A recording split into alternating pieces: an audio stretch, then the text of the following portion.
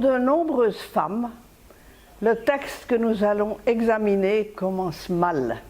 Elles n'aiment pas du tout son entrée en matière. Il donne l'impression que la femme n'existe que pour l'homme et en plus qu'elle a été créée pour être sa servante. Bon, eh bien, lisons le texte dans une traduction qui nous aidera à mieux le comprendre. Le Seigneur Dieu dit « Il n'est pas bon pour l'homme d'être seul.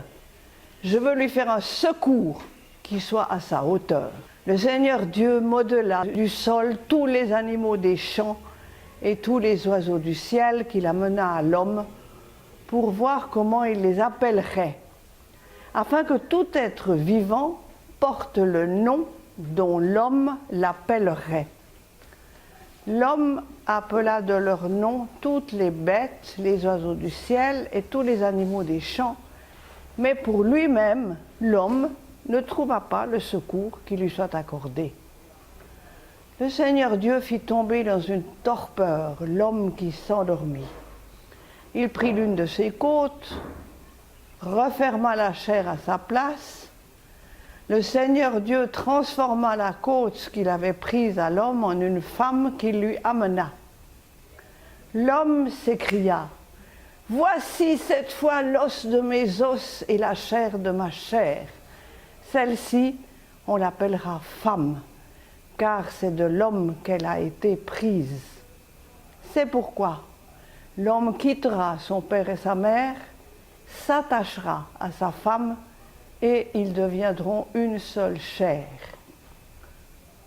Tous deux étaient nus, l'homme et sa femme, sans se faire mutuellement honte.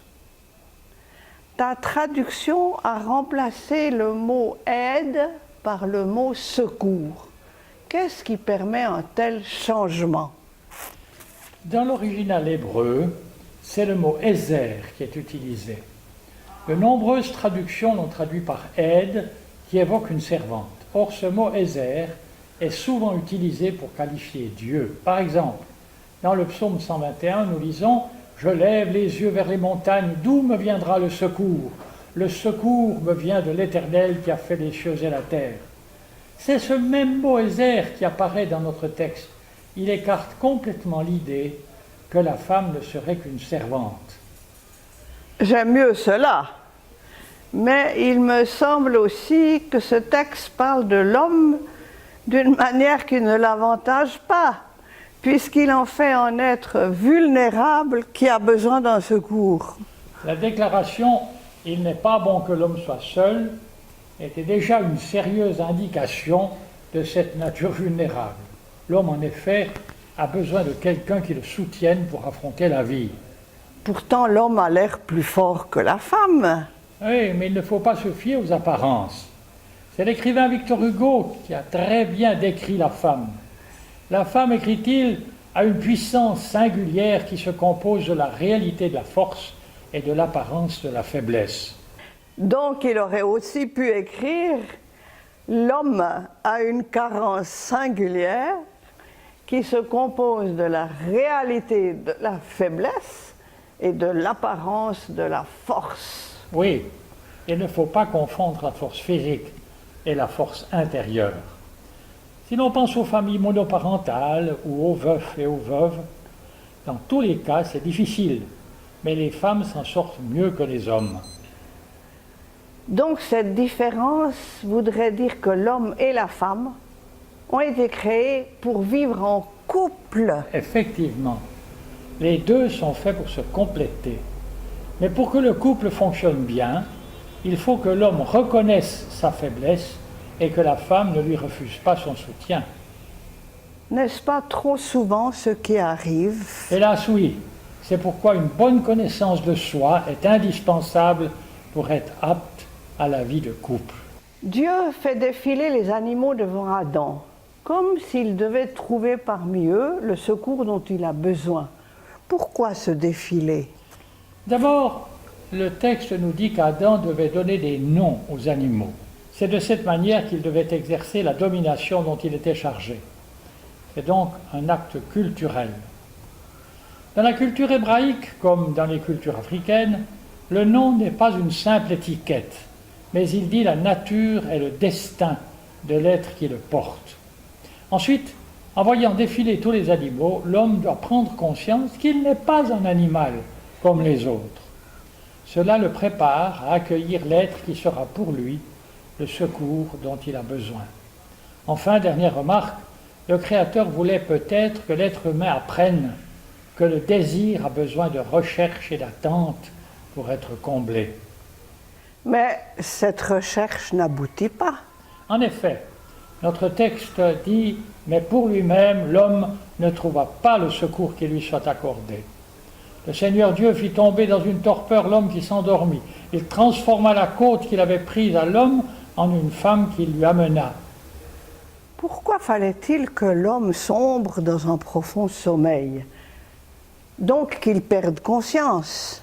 Cet état inconscient symbolise le fait que l'homme est totalement passif. Il n'est pour rien dans la création de la femme. Elle n'est donc pas le produit de son imagination ou de ses efforts, mais un don du Créateur. En même temps, la femme est tirée de l'homme pour qu'il comprenne bien qu'elle est de la même nature que lui. Mais pourquoi à partir d'une côte? La côte peut symboliser la proximité du cœur, mais c'est probablement le sens de côté qu'il faut retenir. La femme a été prise d'un côté de l'homme pour qu'elle soit à ses côtés. Et quand Adam se réveille, il s'émerveille. Quelle salutation! Voici cette fois l'os de mes os et la chair de ma chair. Celle-ci on l'appellera femme, car c'est de l'homme qu'elle a été prise. Pourquoi os de mes os et chair de ma chair? Ces expressions signifient que l'homme reconnaît en la femme sa plus proche parente. Dans les cultures occidentales actuelles et en Afrique, on dirait plutôt « elle est de mon sang ». Mais chez les Hébreux, le sang symbolise la vie. C'est la chair et les os qui symbolisent la parenté. Et puis, il y a le nom qu'Adam donne à sa femme. Il n'est pas facile à traduire en français. En hébreu, homme se dit « ish ». Alors, pour montrer que la femme est de la même nature que lui, mais différente, Adam reprend le mot « ish » et lui ajoute une voyelle. Et le nom de la femme devient Isha. On dirait que tout est ordonné pour que le lien conjugal puisse se tisser. En effet, le texte commence par l'expression « c'est pourquoi ». Le lien conjugal découle donc de la nature de l'homme et de la femme. Ils sont faits pour s'accorder et devenir un. Mais cela ne va pas tout seul. Il y a des conditions à remplir. Notre texte les résume par 3 verbes. C'est pourquoi l'homme quittera son père et sa mère, s'attachera à sa femme et ils deviendront une seule chair. La première condition, quitter son père et sa mère, me semble difficile. En Afrique, cela paraît même impossible. Et pourtant, il n'y a pas de vie de couple harmonieuse tant que cette condition n'est pas remplie. Lorsqu'une mangue tombe d'un arbre, le noyau peut se mettre à pousser, mais il ne deviendra jamais un arbre s'il n'est pas transplanté au soleil à bonne distance de l'arbre d'où il est tombé. Beaucoup de problèmes de couple proviennent de ce manque de distance. Il ne s'agit pas d'abandonner ses parents. La Bible ordonne d'ailleurs de les honorer.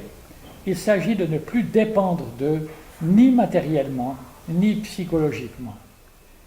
Vient ensuite, s'attachera à sa femme.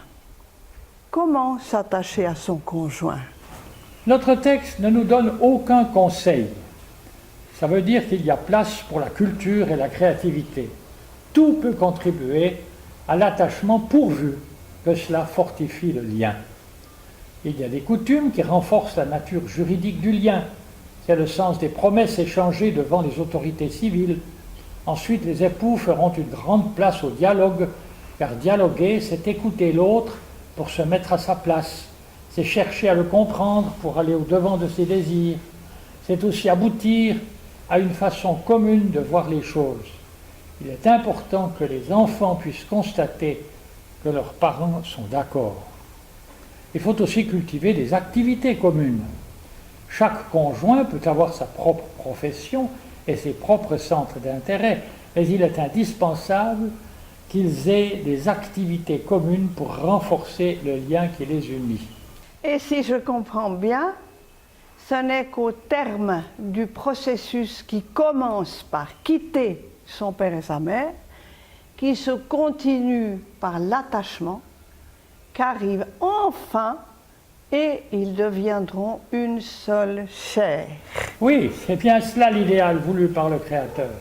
Mais il ne faut pas restreindre l'expression aux seules relations sexuelles. Devenir une seule chair a un sens bien plus large. On pourrait traduire cette expression en disant « et ils partageront tout, leur lieu de vie, leurs biens, leur budget, leurs loisirs ».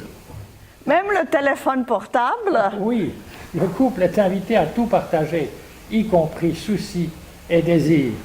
Est-ce que cela signifie que les époux n'ont pas de jardin secret? Ce n'est pas possible ni souhaitable de dire à son conjoint tout ce qui nous passe par la tête. L'intention de ce texte est clairement expliquée dans le dernier verset de ce chapitre. Tous deux étaient nus, l'homme et sa femme, sans se faire mutuellement honte. Cette déclaration est la suite logique du partage total. Les époux ne peuvent pas tout se dire, mais ils n'ont rien à se cacher. La nudité exprime l'intimité qui caractérise la relation conjugale. Je reviens à l'objection à laquelle je me référais au début de notre entretien. Certaines femmes trouvent que ce texte considère la femme uniquement par rapport à l'homme. J'aime bien la traduction. Je lui ferai un secours qui soit à sa hauteur. Mais je reconnais que cette magnifique déclaration est encore centrée sur l'homme. C'est vrai. Et d'autres textes de la Bible, notamment du Nouveau Testament, font de l'homme la tête de ce nouveau corps qu'est le couple. Mais cette attribution ne fait de lui ni un chef militaire, ni un chef d'entreprise. Il est la tête dans le sens que ses yeux et ses oreilles veillent sur le corps pour en prendre soin. Dans cet organisme, chacun garde son identité, mais en même temps, chacun accepte d'abandonner quelque chose de soi pour construire une identité commune. En quelque sorte, les conjoints apprennent à ne plus dire « je » pour dire « nous ». Cela ne va pas dans le sens du monde actuel qui est très individualiste. Cette conception du couple est-elle spécifiquement chrétienne?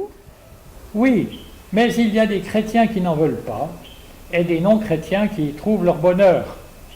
C'est l'idéal voulu par Dieu pour tous les humains. On ne l'atteint pas en un jour. Pour progresser, il faut marcher vers cet horizon pendant toute sa vie. Notre texte dit bien « ils deviendront une seule chair ». Nous verrons dans le prochain module comment ce long processus va être perturbé par le tentateur.